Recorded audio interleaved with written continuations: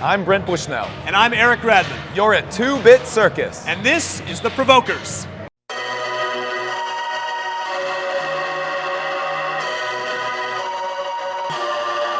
Mother lover, you gon' love this. Graduated from a rebel to a revolutionary in my area, they love this.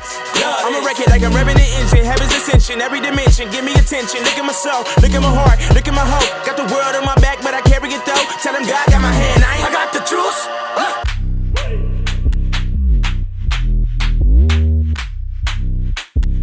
Interactive is a buzzword the founders of 2-Bit Circus know very well. For Brent Bushnell and Eric Gradman, getting people together to play is their revolution.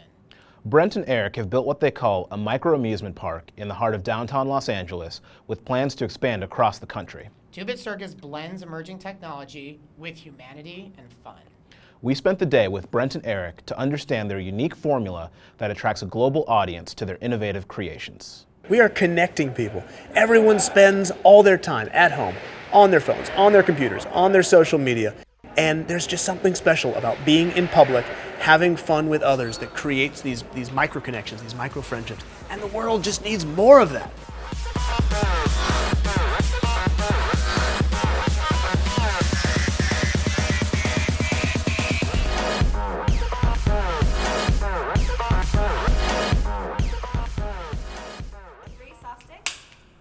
What do you guys call what you do? Is it gaming? Is it technology? Like, We're all about social play, right? I mean, our mission, bring people together elbow to elbow to play. Figuring out the words to actually describe what we're doing here is a little tough, even for us. Are these games? Are they experiences? We like fun. We're giving people a fun time together. Bringing people together is so strongly a part of the ethos of this company that even as we're confronted with technologies that are inherently isolating and divisive, things like VR. In VR, one person is transported to another world. How can we break that paradigm? How can we transport 4 people to another world together? How can we connect one person in VR with an entire group of people that remained behind? So there will always be technologies that force people apart, that force people to look down at screens, that prevent us from communicating effectively. And we're always going to try and subvert those limitations to show people a good time together. What effect do you guys feel that you're having on culture by creating something like 2-Bit Circus? We are connecting people. Everyone spends all their time at home, on their phones, on their computers, on their social media, and not looking at other human beings in the face.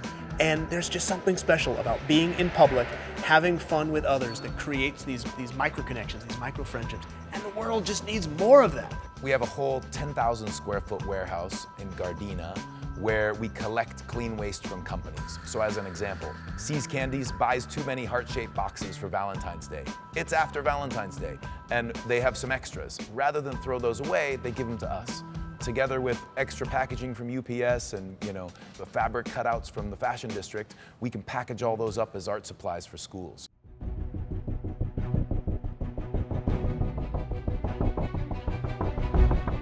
All right, guys, so what's this room called again?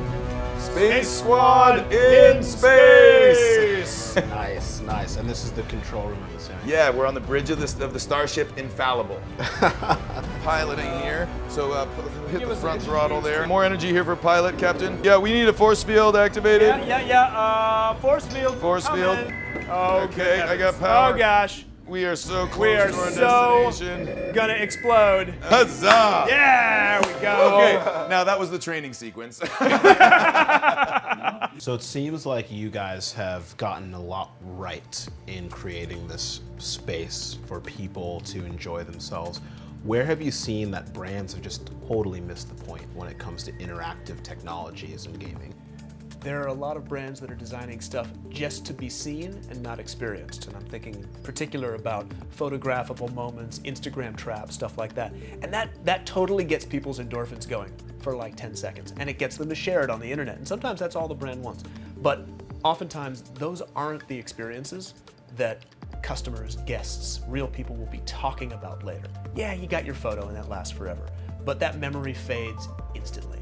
But something like this, having learned something, having worked with your friends, having played, people talk about this for a long time. They remember this experience. They don't just capture it.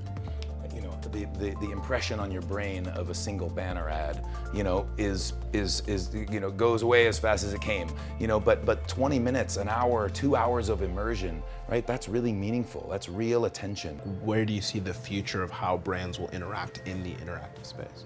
We absolutely believe the future of brands is immersive and experiential, right? That the next economy is an experience economy. And yeah, you might sell a physical product, but the experience of that project, how it makes you feel. So you both have experience just in this world. Can you just elaborate more on that, even before you met each other? Eric and I are both obsessed with circus and carnival, right? We're both trained clowns. Eric worked in a circus for years. I grew up in the, you know, the arcade and carnival business. My dad was literally worked in a carnival for years, you know, while he was studying electrical engineering, and then, you know, went on to smash those two things together, electrical engineering and carnival games, to create some of the first, you know, public video games.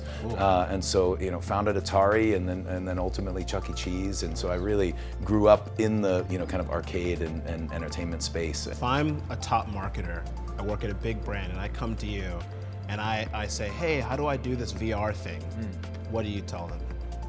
I would say that for any given brand that wants to incorporate some buzzwordy technology, the halo effect of any particular buzzword is very short.